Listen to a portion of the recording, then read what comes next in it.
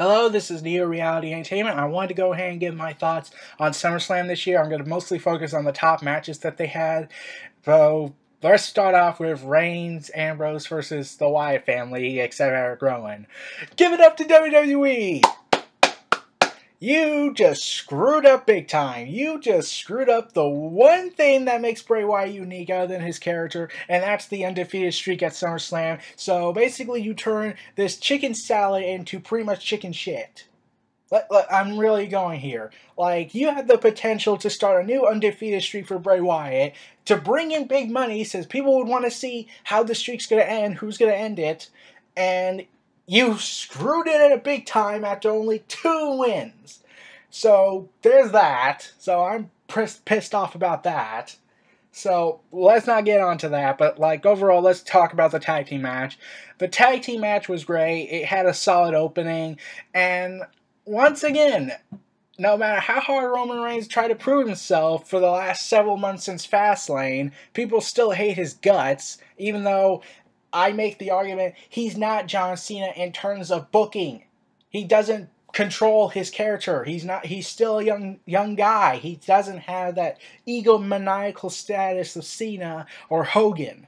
Oops, I can't talk about Hogan. He's forbidden. But, like, and everyone was saying Roman's sleeping, like, really? Because Stone Cold thought that means everyone should think that. Really? Like, I know there were people who were defending Roman Reigns, I'll give credit to them, but, like, overall, the tag match was big, kind of a letdown. Like, I was hoping for more. I was hoping for a longer match, an epic match filled with false finishes and whatnot. And I was really looking forward to see yet another column of Roman Reigns' solid performances over this year. Since Fastlane, he's been doing non-stop matches and doing high praises from all around. He got Chicago support, and they're CM Punk fans. So that should say something, but he still hasn't won over New York and Brooklyn. And that kind of sucks. But overall, like, Roman Reigns, Dean Ambrose versus Bray Wyatt and Luke Harper was a solid match. It kind of was a letdown since it was built up as family versus family. And the momentum heading into that match was very slowed down. Like, initially, it was promising with the threat of Roman Reigns' daughter and whatnot, and just feels like wasted opportunity there. I'm still mad that Bray Wyatt had to take the pinfall when I thought Luke Harper would most likely take the pinfall, but I was also hoping that Bray Wyatt would win, or we get a surprise swerve and Roman Reigns or Dean Ambrose turns heel, since everything was being rumored to be heading in that direction, and, you know, Ambrose and Reigns are brothers and whatnot in storyline perspective, so obviously, yeah, they're gonna obviously destroy each other eventually. So let's not get into that, since rest in peace, Bray Wyatt's undefeated streak gone too soon, WWE. You clearly don't care about money-making potential right there. Thanks a lot. Now, moving on to the next match, John Cena versus Seth Rollins. Okay, I'm going to be honest. I skipped like 50% of the match. I had said this. I was never going to support John Cena ever again after his stunt after the night after the Elimination Chamber. So I skipped half of the match. I came back, saw the last half, and but I knew the match was going to be great. That's the one thing I really hate. Like, yes, the match is going to be great. It's Seth Rollins and John Cena. They clearly tore the house down before. So, really, I didn't want to see John Cena disgrace the wrestling industry as a whole, winning the world title again, and proving everyone once and for all that he's the face that runs the place. And I'll be talking about something about that later. But overall, I know the match was great. It has some rough edges around the thing, and let's go ahead and give a big shout out to Jon Stewart. You were on our side. You were the wrestling fans guy. You said the one word Vince hates earlier tonight, and you ultimately decided to say, yeah, let's screw John Cena. He doesn't deserve that world title reign. Yeah. And gut started him with a steel chair, so I was like clapping my hands like, thank you, Jon Stewart. You stopped the apocalypse from happening. Like, this is how far I think John Cena is a problem when it comes to title reigns. So I was glad about that, and it looks like Seth Rollins is finally breaking the cycle of WrestleMania to SummerSlam title reigns. So he most likely could hold on to the title to WrestleMania next year, so there's a chance for that, though you never know. But overall, I know the match was solid and great, which I really hate that this has to be from John Cena of all people again. And everyone was mostly arguing, oh, why is John Cena not putting Seth Rollins over clean? Why does it always have to be a dirty finish? Must I remind you? He has said it himself because he's an arrogant fool. I am the face that runs the place. Like, Nikki Bella's title reign is a clear example of that, according to a report that recently just came out a day before. So, let's not get into that. I'll talk about that in another video. So, anyways, now moving on to the next match, Kevin Owens versus Cesaro. Oh my god, I knew that match would also be a show stealer. Like, I expected it, and Kevin Owens and Cesaro went out in a great match. It was awesome. Kevin Owens was being the dominant heel that he is. He wasn't being the cowardly heel that Kevin Dunn wants to portray him as, or make fat jokes. But Cesaro really showed his performance well. Like, it was a technical wrestling match, and I know what I just said, and I know Vince hates that word, so I'm going to keep saying it just to see how long it can bruise his ego. But it was a solid technical wrestling match. It was once again an indie dream match a lot of people wanted to see on WWE, and they certainly delivered, lived up to the hype. I was really excited to see this match. Like, yes, this match is going to steal the show. This is obviously going to steal the show. Let's get it on.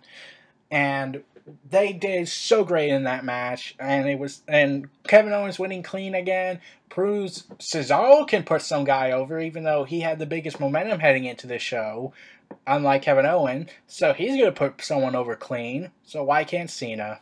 Oh well. So overall, Kevin Owens and Cesaro did a show-stealing performance. It was awesome. It tied with John Cena and Seth Rollins, unfortunately. Now let's get on to the final matchup of SummerSlam, Undertaker versus Brock Lesnar.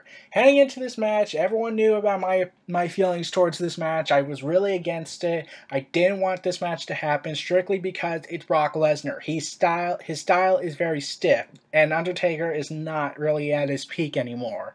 So heading into this match, I was really nervous, wondering, are they going to do German suplexes mostly and do things that could risk Undertaker's health? Okay. Oh my god, the match was surprisingly great. The match was surprisingly great. I'll get to the ending at the end, but the match was surprisingly great. It was filled with spots I thought Undertaker was never going to do again, like the table smashing and the Kimura lock, and then there's the choke slams, and then Undertaker says, "You're gonna have to," and like, it's the littlest things Undertaker does that make it so awesome.